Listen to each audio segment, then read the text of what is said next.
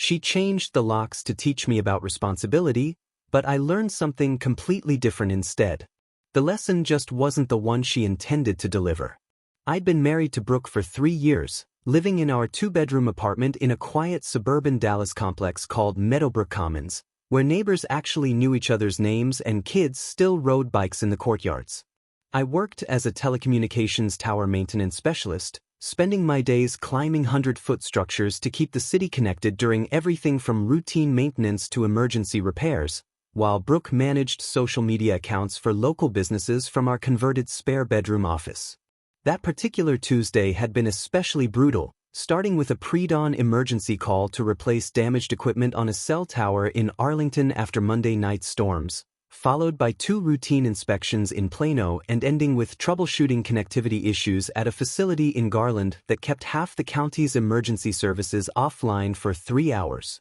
I pulled into our designated parking spot after the 12-hour shift, my muscles aching from the climbs and my mind already focused on the cold Shiner Bock waiting in our refrigerator and maybe catching the Rangers game highlights. I grabbed my equipment bag and climbed the exterior stairs to our second-floor apartment, automatically reaching for the electronic lock pad we'd installed the previous year after Brooke convinced me that smart home technology was essential for modern living. I pressed my thumb to the sensor, the same routine I'd performed countless times, but instead of the familiar green light and welcoming beep, a red light blinked at me mockingly, followed by an error tone that meant my access had been completely revoked. I tried again, thinking maybe the sensor was dirty from my work gloves or the equipment grease that never quite washed off completely, but the result was identical. I knocked on our door, confusion mixing with exhaustion as I waited for Brooke to answer, but instead heard her voice crackling through the security intercom speaker mounted beside the doorframe,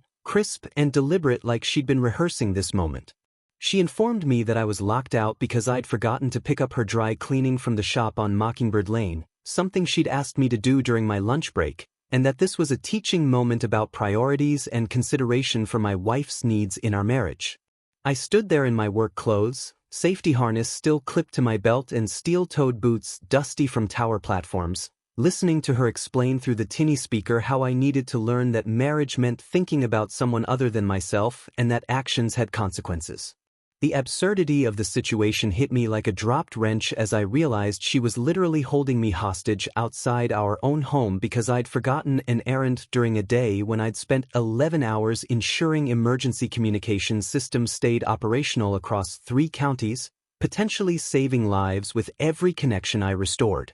I heard the gentle sound of water hitting plants on the adjacent balcony and turned to see Sage, our neighbor from Unit 2B, watering the small herb garden she maintained in terracotta pots along her railing, her long auburn hair pulled back in a practical ponytail. She was a freelance architectural photographer in her early 30s who traveled frequently for assignments documenting everything from Art Deco buildings in Miami to prairie schoolhouses in Chicago, and we'd exchanged pleasantries in the hallway enough times for me to know she was intelligent, well-traveled, and genuinely easy to talk with. Sage glanced over at me standing awkwardly by my door with my equipment bag, then at the intercom speaker where Brooke's voice continued explaining my various shortcomings as a husband, and I saw understanding dawn in her green eyes as she processed the ridiculous scene unfolding before her. She approached the shared balcony divider between our units, a decorative metal screen that provided privacy while allowing conversation, and quietly asked if I'd like to wait on her side with some iced tea while I figured out my domestic situation, gesturing toward the comfortable outdoor furniture she'd arranged in the shaded corner where climbing jasmine provided natural cooling from the intense Texas heat.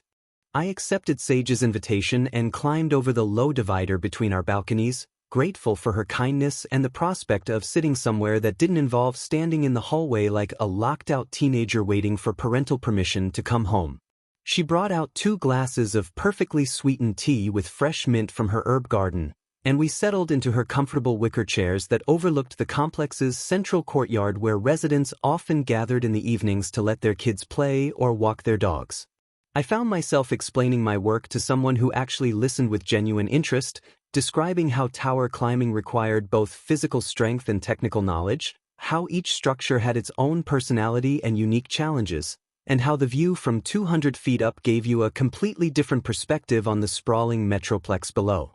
Sage shared fascinating stories about her architectural photography career, how she'd spent the previous month documenting Mission Revival buildings in San Antonio for a coffee table book and was planning a trip to photograph Frank Lloyd Wright's lesser-known residential designs across the Southwest for a magazine feature. I realized I hadn't had such an intellectually stimulating conversation in months, possibly years, as Brooke typically dismissed my job as simple blue-collar work that didn't require real thinking and showed little interest when I tried to describe the complex technical challenges I solved daily or the satisfaction of keeping critical communications running. Through the sliding glass door, I could see Brooke moving around inside our apartment like a caged animal, periodically appearing at the window to glare out at us with increasing agitation as she watched me actually enjoying myself instead of standing outside her door begging for forgiveness and promising to be more considerate in the future. When she saw us laughing together over Sage's hilarious story about convincing a small-town Texas courthouse security guard to let her photograph the building's unique Art Deco details, Brooke's carefully maintained composure finally cracked completely like ice under pressure. She stormed outside and positioned herself at the wrought iron courtyard gate directly below us,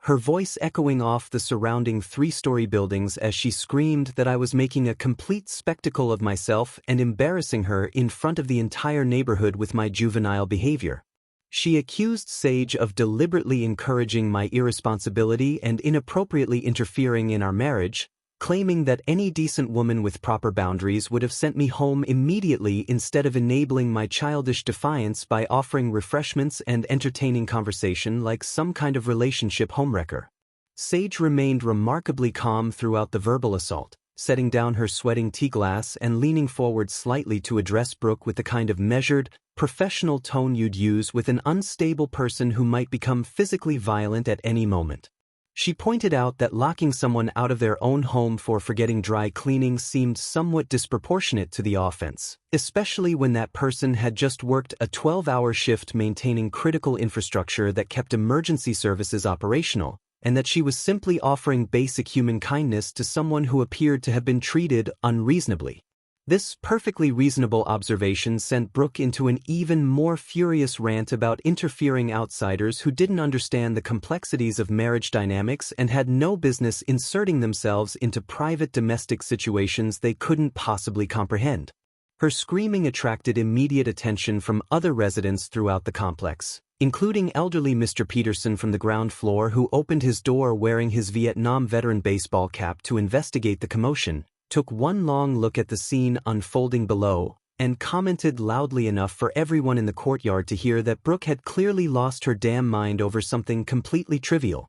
Mrs. Garcia from across the courtyard appeared on her second-floor balcony with her arms crossed and her expression showing obvious disapproval as Brooke continued her increasingly unhinged tirade about respect and boundaries. Even the young couple from Unit 1C with their toddler emerged to witness what was rapidly becoming the most dramatic neighborhood event since the previous summer's infamous pool party incident involving the Homeowners Association president. I watched from the safety of Sage's comfortable balcony as my wife transformed into someone I barely recognized, her face flushed red with rage as she gestured wildly and demanded that everyone mind their own business while simultaneously making our most private marital matters as public as possible through her increasingly theatrical performance in the middle of the complex courtyard.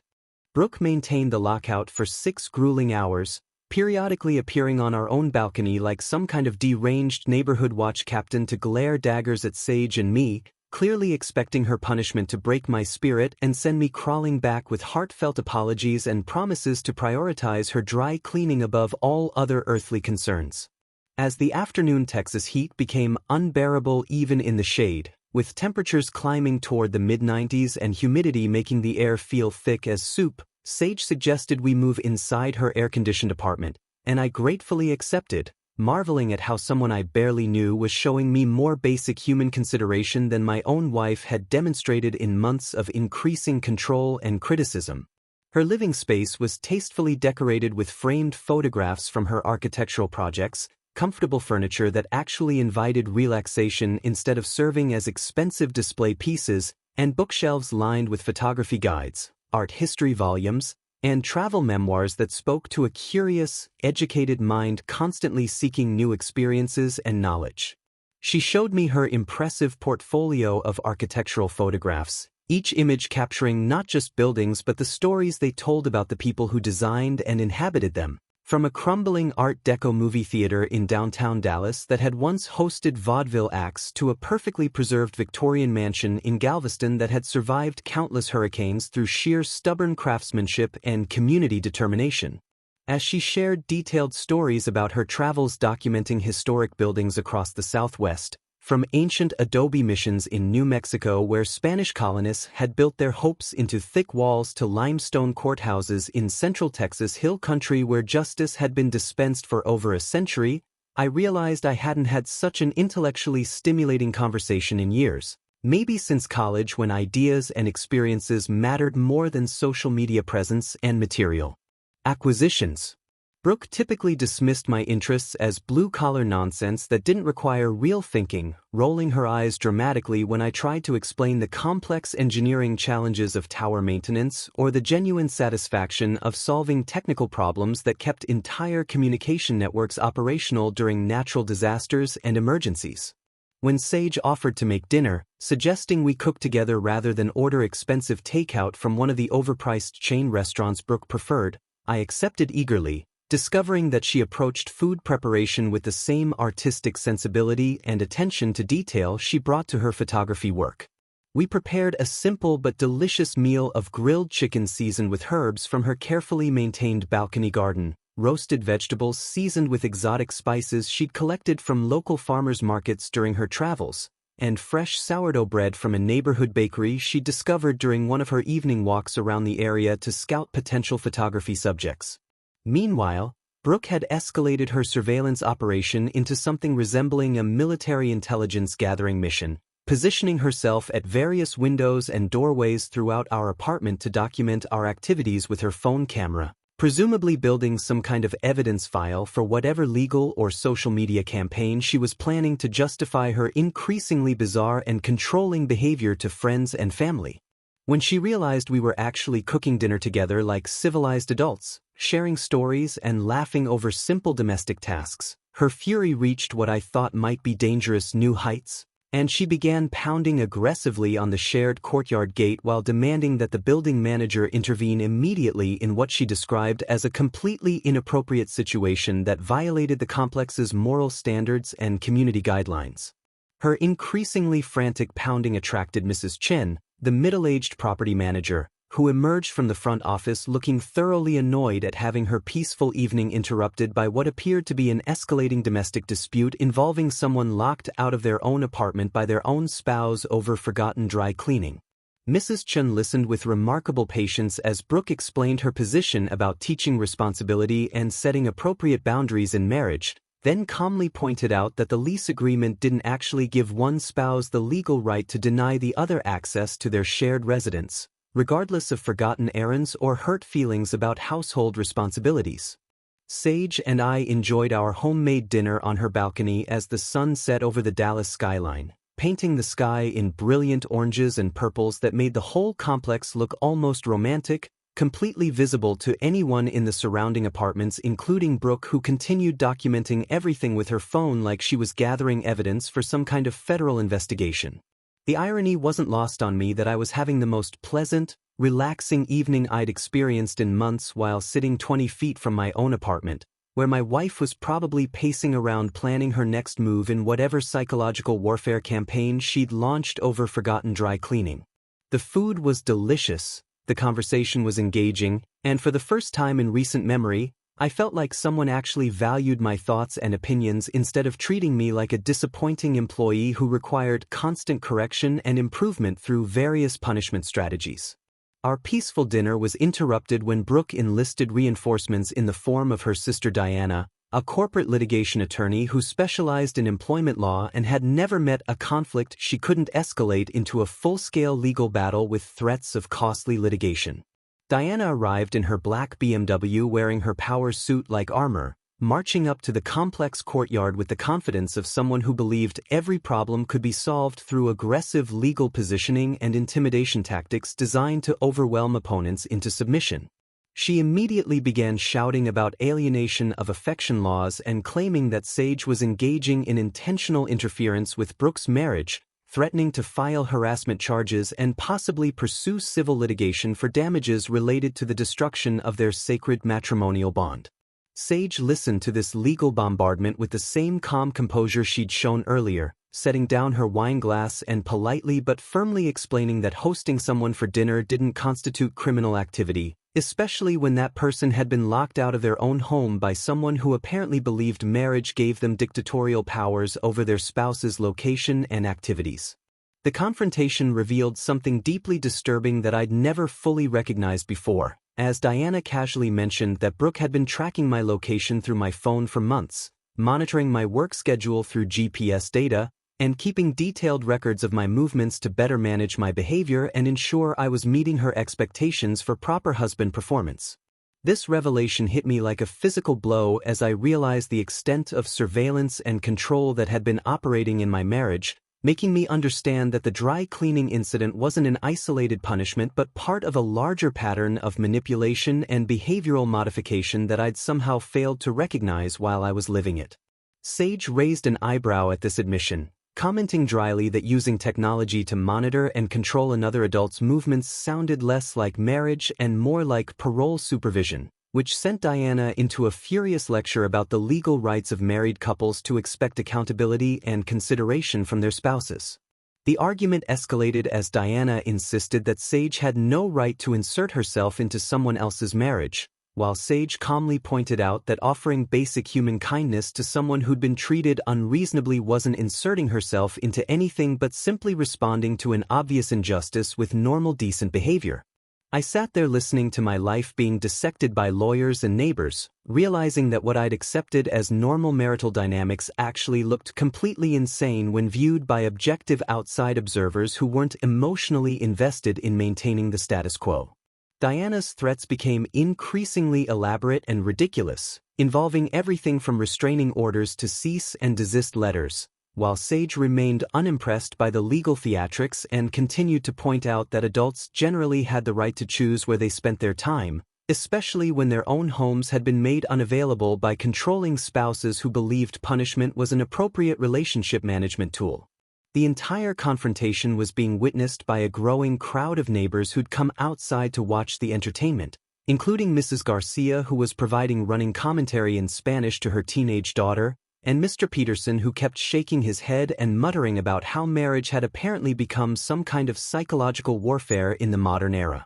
As evening turned to night and the complex settled into its usual quiet rhythm, I found myself sleeping on Sage's comfortable couch under a soft throw blanket she'd provided, staring up at the ceiling and processing the surreal events of the day while Brooke continued her campaign by calling Complex Security, her parents, and apparently anyone else she could think of to create increasingly dramatic narratives about her missing husband who'd been stolen by the manipulative neighbor woman. I could hear her through the thin walls, alternating between tearful phone calls describing herself as a victim of marriage interference and angry rants about my ungrateful behavior and complete lack of respect for our sacred matrimonial vows. Morning brought an even more elaborate spectacle as Brooke had somehow managed to assemble a small crowd of enablers, including complex management representatives, her concerned parents who'd driven over from Fort Worth, and even a police officer responding to a welfare check that she'd requested by claiming I might be in danger or being held against my will by an unstable neighbor. Officer Martinez, a patient middle-aged man who'd clearly dealt with domestic disputes before, listened politely as Brooke explained her version of events, describing how Jake needed to face consequences for his thoughtlessness and learn that marriage required mutual consideration and respect for agreed-upon responsibilities. She painted herself as a reasonable wife trying to teach important life lessons to a husband who'd become complacent and inconsiderate, conveniently omitting the GPS tracking, the public humiliation, and the fact that she'd literally locked me out of my own home over forgotten dry cleaning during a 12-hour workday. The officer asked to speak with me directly, and I climbed down from Sage's balcony to join the growing crowd that had assembled in the courtyard like some kind of neighborhood tribunal examining the state of modern marriage. I calmly explained Brooke's punishment tactics, the electronic lock situation, the tracking revelation, and how I'd simply accepted an offer of basic hospitality from someone who treated me with ordinary human decency when my own wife had decided to make me homeless over a minor oversight.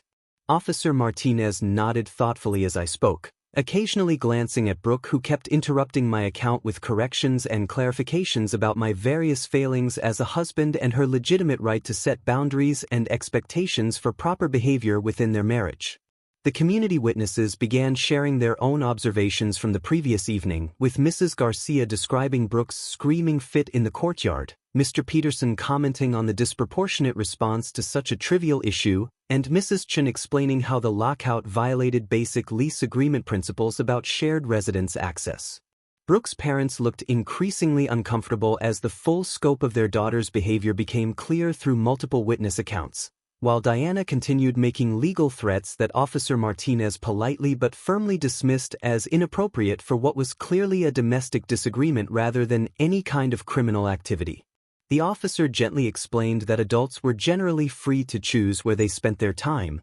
especially when their own homes had been made unavailable, and that no laws had been broken by either accepting or offering hospitality during a marital dispute over household responsibilities. Brooke's face grew redder with each witness statement that contradicted her victim narrative, and she began demanding that everyone stop interfering in her private marriage and return to their own business instead of ganging up on her for trying to maintain reasonable standards in her relationship. The gathering crowd included curious residents from throughout the complex who'd heard about the previous evening's drama and come to see the morning's continuation of what had become the most entertaining neighborhood soap opera anyone could remember. I stood there in yesterday's work clothes, unshaven and probably looking like I'd been through some kind of ordeal, while my wife continued explaining to law enforcement and complex management why locking me out was actually a reasonable and necessary response to my failure to prioritize her dry cleaning needs above my 12-hour shift maintaining critical telecommunications infrastructure. Brooke's sister Diana made one final desperate attempt to legally force my return, threatening Sage with harassment charges and claiming that her continued interference was causing irreparable damage to a marriage that had been perfectly stable until outside influences corrupted the natural order of their domestic arrangement. I remained on Sage's balcony, clearly visible to the gathering crowd below, as Diana cited various statutes about alienation of affection and intentional interference with marital relationships, her legal threats becoming increasingly creative and desperate as it became obvious that no actual laws had been broken by anyone except possibly Brooke herself. When Sage calmly suggested that someone who tracks their spouse's movements, locks them out of their own home, and creates public spectacles over forgotten errands might benefit from professional counseling to address what appeared to be serious control issues, Brooke's carefully maintained facade of reasonableness finally collapsed completely like a house of cards in a hurricane.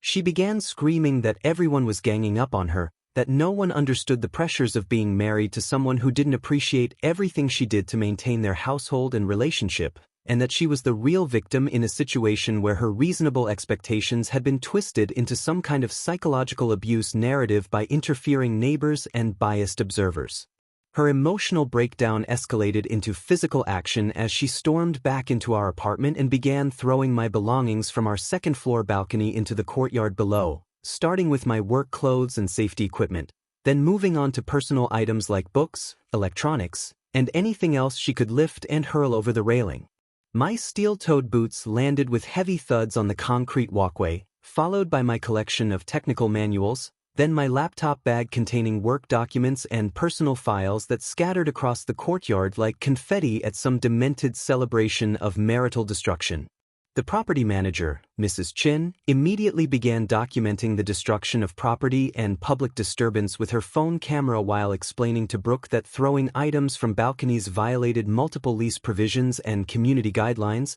potentially resulting in immediate eviction proceedings and liability for any damage to complex property or injury to residents. Brooke ignored these warnings completely, continuing her rampage while screaming that if I wanted to live somewhere else, I could take all my worthless possessions with me and never come back to the home she'd worked so hard to create for our marriage. The crowd below scrambled to avoid falling objects as my entire life rained down from above, creating a surreal scene that looked like some kind of performance art piece about the dissolution of modern relationships through consumer goods scattered across suburban courtyards. Diana tried desperately to stop her sister's destructive tantrum, grabbing at Brooke's arms as she prepared to launch my expensive tower-climbing safety harness into the fountain that served as the courtyard centerpiece. But Brooke shook her off and continued her systematic destruction of everything that represented our shared domestic life. Officer Martinez spoke into his radio, requesting backup and possibly mental health crisis intervention resources as the situation escalated beyond a simple domestic dispute into what appeared to be a genuine psychological breakdown involving property destruction and public endangerment through falling objects.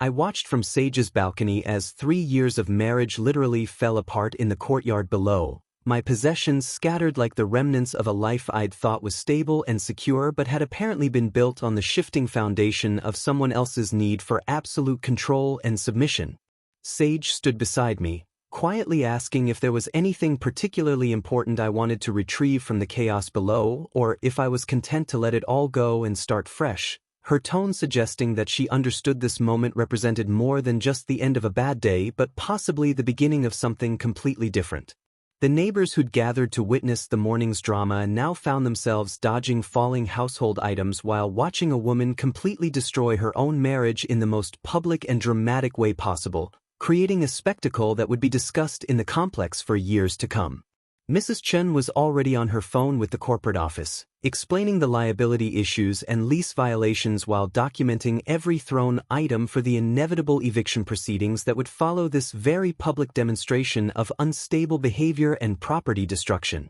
I looked down at the assembled crowd and made a decision that surprised even me with its clarity and finality, telling everyone within earshot that I was choosing to stay where I was treated with respect and basic human decency rather than return to someone who believed that punishment, control, and public humiliation were appropriate tools for managing a marriage relationship. The words came out calmly and clearly, without anger or bitterness, just a simple statement of fact that resonated through the courtyard like a bell tolling the end of something that had probably been over for much longer than I'd been willing to admit. Brooke's final desperate move involved claiming that Sage had deliberately seduced her innocent husband, painting herself as the victim of a calculated home-wrecking campaign designed to steal her man and destroy her marriage through feminine wiles and emotional manipulation. She pointed dramatically at Sage's balcony while explaining to the crowd how this woman had taken advantage of a minor marital disagreement to insert herself into their relationship and corrupt me against my loving wife who only wanted what was best for our future together.